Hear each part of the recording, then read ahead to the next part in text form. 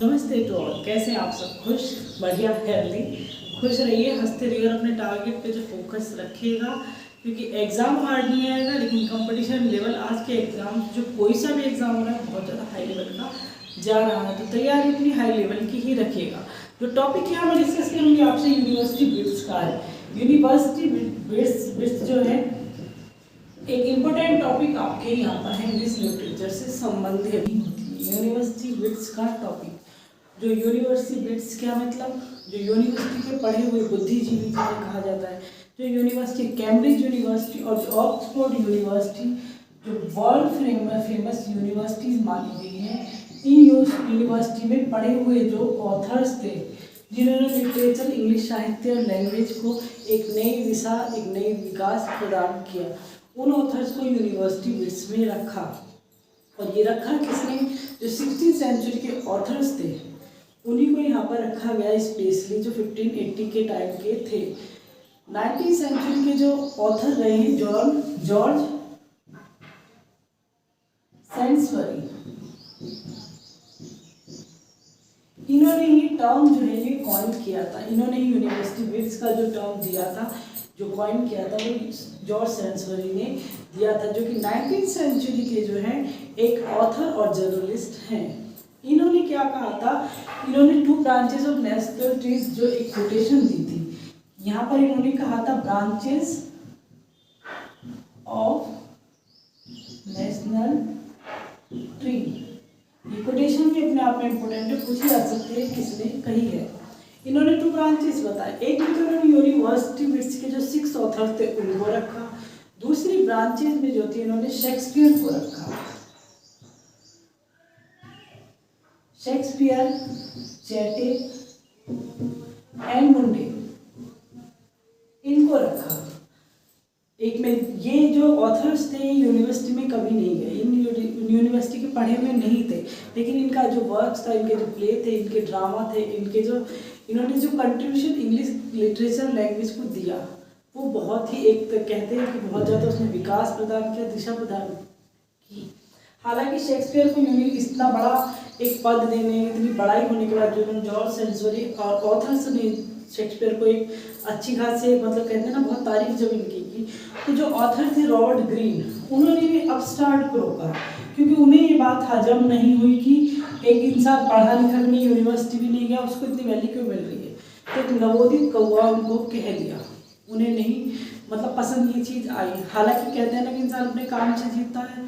जो university bits के authors हैं उन्हें आप इतना नहीं जानते, उन्हें नहीं जानते उनके बारे में, लेकिन विलियम शेक्सपियर हर सिलेबस में मिलेगा, हर एग्जाम में मिलेगा, इनको सबसे ज़्यादा पढ़ा जाता है। तो ये अपने काम से जीत गए। रॉबर्ट ग्रीन को इन्होंने जो कहते हैं ना अपनी जवान ही चलाते रह गए।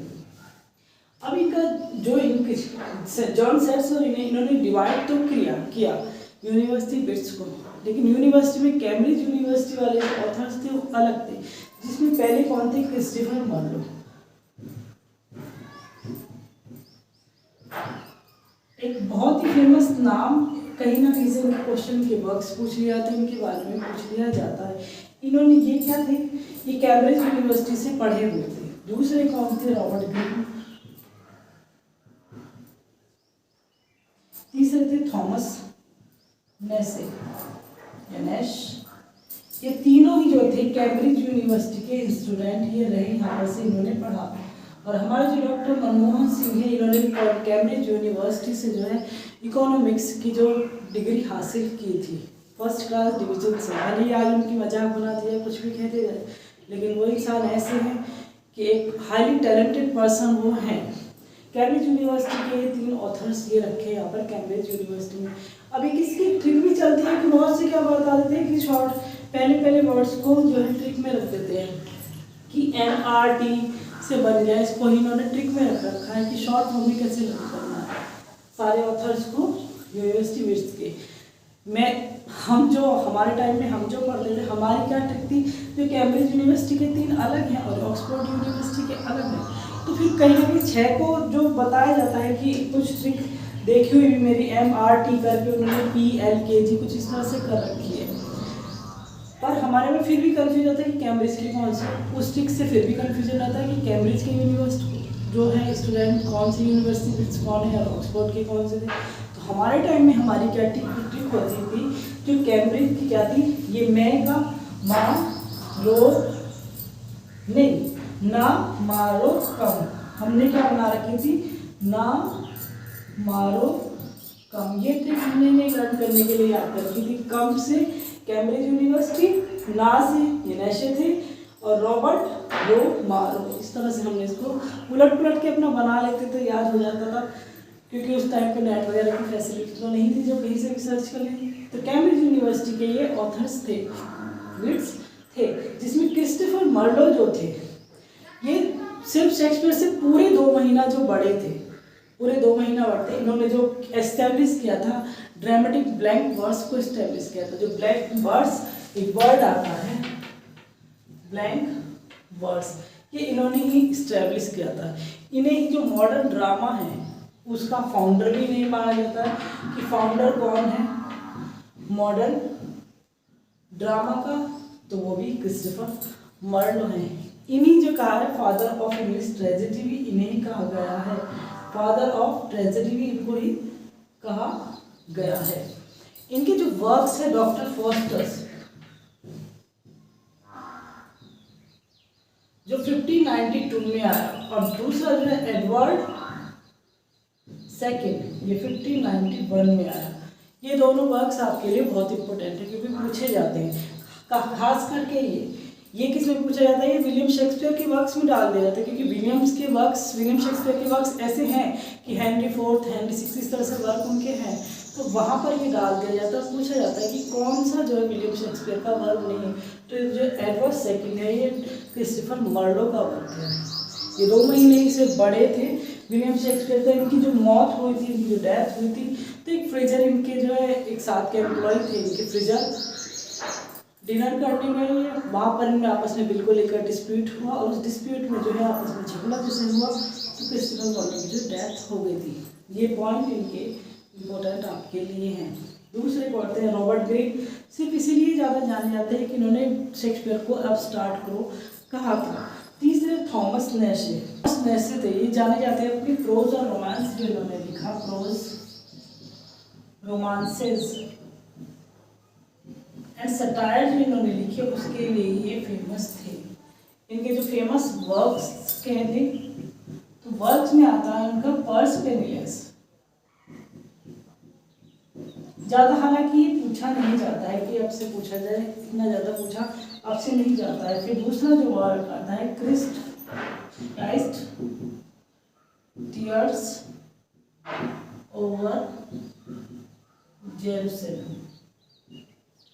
इनके वर्क से यही मेनली जो है पूछे जाते हैं, अगर आ गए तो, अदरवाइज ये भी आते नहीं हैं।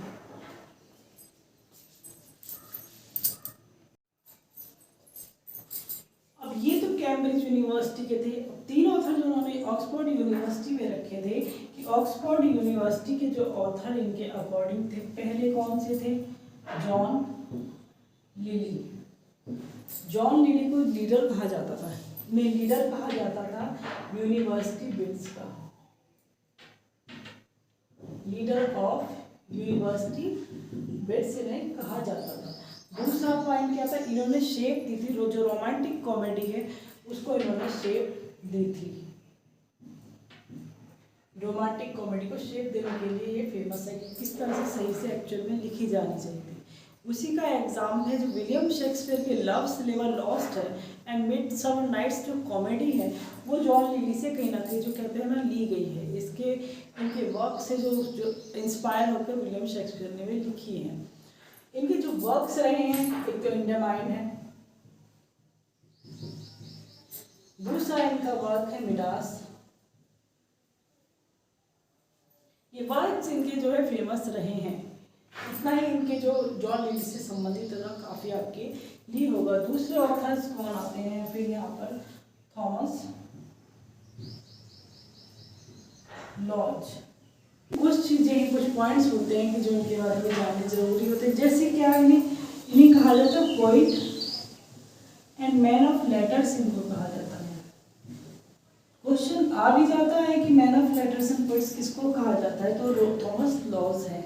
इन्होंने क्या है कि प्रोफेशनल जो लिख सब रहे थे, प्लेस ड्रामा सब लिखा जाता है, लेकिन इन्होंने राइटिंग को एक प्रोफेशनल अर्निंग के रूप में, प्रोफेशनल जैसे लिखा जाता है अर्निंग कमाने के लिए, वो चीज़ इन्होंने ही पेश की थी, इन्होंने समझाई थी, यही वो चीज़ लेकर आए कि लिखना लिटरेचर से जो है अर्निंग भी की जा सकती है। इनका जो फेमस वर्क है एक रोज़ालिंड 1590 का, ये बहुत ही फेमस वर्क इनका है। एक वर्क है इनका डिफेंस ऑफ प्ले, ये इतना ज़्यादा इम्पोर्टेंट नहीं, ये वर्ड तो इम्पोर्टेंट होता है कहीं ना कहीं कि किसने लिखा है, कब लिखा गया है, तो छोटी छोटी पॉइंट्स है वे कहीं ना कहीं पढ़ने भी पड़ेंगे। हालांकि ज़्यादा इंपॉर्टेंट चीज़ें नहीं होती, यूनिवर्सिटी से सीधा सीधा क्वेश्चन एक ही तरह से बनता है कि कौन सा यूनिवर्सिटी जो है नहीं है या कौन सा है, लेकिन ये जो अलग अदर क्वेश्चन में यहाँ से क्वेश्चन जो है बन जाते हैं। तो इतना ही, फिर नेक्स्ट जो ऑथर आते हैं, लॉज हो गया, जॉन लिली हो गया, यहाँ पर स्पेलिंग जॉन लिली। तो जो ऑथर थे नेक्स्ट जो जॉर्ज पेल थे, इन्होंने क्या की थी, ब्लैंक वर्ड्स को शेप दी थी, फ्लेक्सिबिलिटी दी थी, एक अच्छी तरीके से उन्होंने लिखना जो शुरू किया था ब्लैंक वर्सेस को। दूसरा इनकी जो वर्क्स थे, द ओल्ड वाइफ जो फोक टेल कही जाती है, the famous Chronicle of king Edward first, ये हिस्टोरिकल प्ले इनका था। बस इतना ही इनके लिए पॉइंट जो है इम्पोर्टेंट यहाँ पर बनते हैं। अभी नाम को भी जिस तरह कैम्ब्रिज के हमने ट्रिक बनानी थी, इन नाम्स को भी हमने एक ट्रिक बना रखी थी, तो वो भी अजीब सी थी। लॉज में से हमने लो और पीले में से पी, लिली की स्पेलिंग ये है ली फोर्ड, तो हमने क्या बना ली थी, लो पी, उल्टे सीधे काम करने में हम भी एक्सपर्ट थे, फोर्ड, लो पी फोर्ड, ये हमने जो है इसकी ट्रिक बना ली थी, बस अपना दिमाग का दिमागी कीड़ा था। अब जो ऑथर बचे हैं थॉमस किट, थॉमस किट को हम समझेंगे। हालांकि किसी भी यूनिवर्सिटी में नहीं गए थे, ना ये ऑक्सफोर्ड में पढ़े, ना ये कैम्ब्रिज में पढ़े, लेकिन ये एक तरह से दिग्गज माने गए हैं। ये अपने फील्ड में लिटरेचर लैंग्वेज में इतने ज़्यादा एक्सपर्ट थे कि इन्हें भी एक बिट्स, एक बुद्धिमान यूनिवर्सिटी बिट्स माना जाता है। अदरवाइज ये कैम्ब्रिज में पढ़े, ना ये ऑक्सफोर्ड में पढ़ी हुई थी, पर इनके जो वर्क था, इनके जो टैलेंट था, उस अकॉर्डिंग इन्हें यूनिवर्सिटी बिट्स में जो है रखा गया।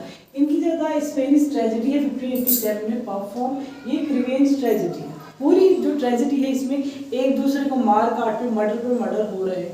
रिवेंज ट्रेजेडी में गुस्से में, रिवेंज में एक दूसरे से बदला लेने के लिए सिर्फ मार काट है और कुछ नहीं है इसमें। ये द फर्स्ट प्ले इन्होंने लिखा, प्ले विद इन प्ले होता है, उसके अंदर जो प्ले एक और परफॉर्म किया जाता है। जैसे हैमलेट में भी है कि हैमलेट जो प्ले है विलियम शेक्सपियर का, उसमें घोस्ट के मतलब हैमलेट जो किंग है उसकी डेथ होती है, उसकी मृत्यु का पता लगाने के लिए जो उसका बेटा हैमलेट है एक प्ले रचता है, तो प्ले के अंदर जो प्ले रचा जाता है उसे प्ले विद इन प्ले कहा जाता है। लॉस्ट प्ले ऑन हैमलेट यहाँ इन्हें कहा जाता है।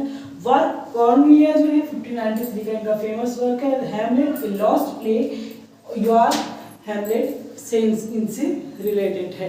फिर एक नाम, यहाँ तो थॉमस किट की बात कंप्लीट होती है, फिर एक नाम आपके जो एग्जाम्पल में सबसे ज़्यादा ऑप्शन में आता है फ्रांसिस बेकन का, कि फ्रांसिस बेकन का नाम क्यों दिया जाता है बार बार, कि यूनिवर्सिटी बिट में जो है फ्रांसिस बेकन शामिल नहीं है। क्यों? बहुत से कंफ्यूज हो जाते हैं कि फ्रांसिस बेकन तो यूनिवर्सिटी में गए, हाँ ये गए थे यूनिवर्सिटी में, ये जो कैम्ब्रिज यूनिवर्सिटी में गए, लेकिन 1573 से 1575 तक ये उसमें रहे, इसके बाद इन्होंने उसको छोड़ दिया और ये जो फ्रांस जो है चले गए। इस अकॉर्डिंग इन्हें यूनिवर्सिटी बिट्स में नहीं रखा जाता, भले ही यूनिवर्सिटी में गए थे लेकिन इन्होंने कंप्लीट नहीं किया था, कुछ भी एजुकेशन अपनी कंप्लीट वहाँ पर नहीं की थी, इन्हें वहाँ पसंद नहीं आया, समझ में नहीं आया, तो ये जो है फ्रांस को चले गए थे। ये सबसे ज़्यादा ऑप्शन में आता है इनके साथ में कौन सा यूनिवर्सिटी बिट्स नहीं है, तो फ्रांसिस बेकन जो है यूनिवर्सिटी बिट्स नहीं है। यहाँ पर यूनिवर्स जो है टॉपिक जो है कंप्लीट हो रहा है, इसमें कहीं कुछ समझ में नहीं आया तो कमेंट करके पूछ सकते हैं। थैंक्स।